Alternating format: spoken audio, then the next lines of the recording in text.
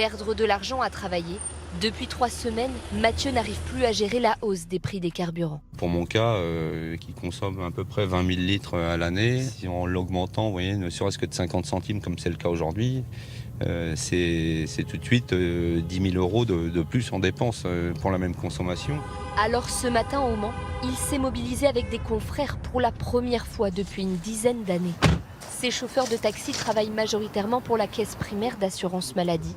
L'établissement public ne leur prévoit aucune revalorisation du forfait kilométrique. À la CPM, on leur demande une augmentation du forfait, enfin un petit pourcentage.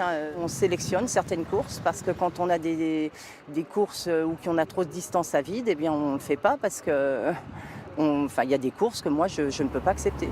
Le gouvernement les autorise à augmenter leurs tarifs de 3,5%. Mais ces artisans taxis demandent que l'État agisse sur leur taxation pour rester compétitifs. Nous demandons une baisse de la TVA sur le taxi et nous ne souhaitons pas l'augmentation actée par le gouvernement, donc des 3,5%. Et puis l'augmentation du coût de la vie en général, ça impacte tout le monde, donc nous on n'a pas envie de pénaliser notre clientèle pour rester attractif. Stationnés devant la préfecture du Mans ce matin, ils veulent tous se faire entendre. Le prix avait encore augmenté hier soir. J'ai perdu 500 € en 15 jours. Là. Les passants, eux, sont unanimes. Je suis avec eux, parce que c'est le gagne-pain, c'est leur métier. C'est normal parce que je pense qu'eux aussi, ils veulent que ça change et moi je suis d'accord avec eux. Oui, bien sûr qu'il faut les soutenir. Je pense que l'État peut faire quelque chose. Si le prix des carburants reste aussi élevé, la mobilisation des chauffeurs de taxi devrait s'intensifier ces prochaines semaines. Les taxis, on n'est pas contents. Okay. Merci beaucoup. L'industrie automobile vit elle aussi une période compliquée depuis plus de 2 ans. Crise sanitaire, guerre en Ukraine, pénurie des composants, cela commence à se ressentir sur les commandes. Les clients se tournent de plus en plus vers les voitures électriques, même si elles aussi subissent une hausse des tarifs. À Dreux, Léa Kebdani et Fabrice Maillard. Quand on voit les prix à la pompe, on aimerait bien éviter de faire le plein.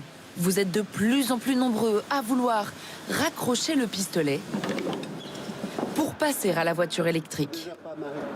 On se pose la question, on se dit on devrait peut-être investir dans un véhicule hybride ou quelque chose comme ça, quoi. Pour le moment, je reste à l'essence, mais ça viendra forcément.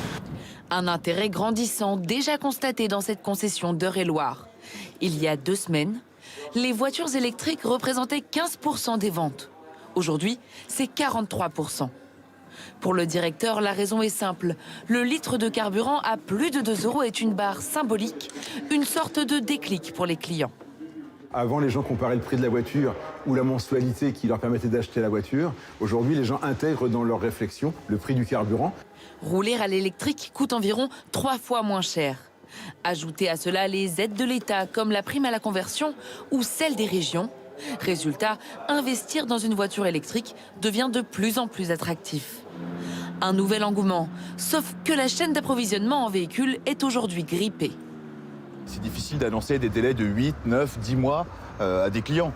La gamme électrique qui commençait vraiment à prendre de notre côté, elle en souffre aussi.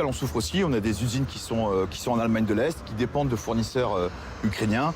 Et c'est vrai que c'est tendu, c'est vrai que c'est très tendu. Les concessions orientent leurs clients vers les véhicules disponibles, souvent d'occasion. Un marché en pleine croissance, plus 10% depuis 1 an.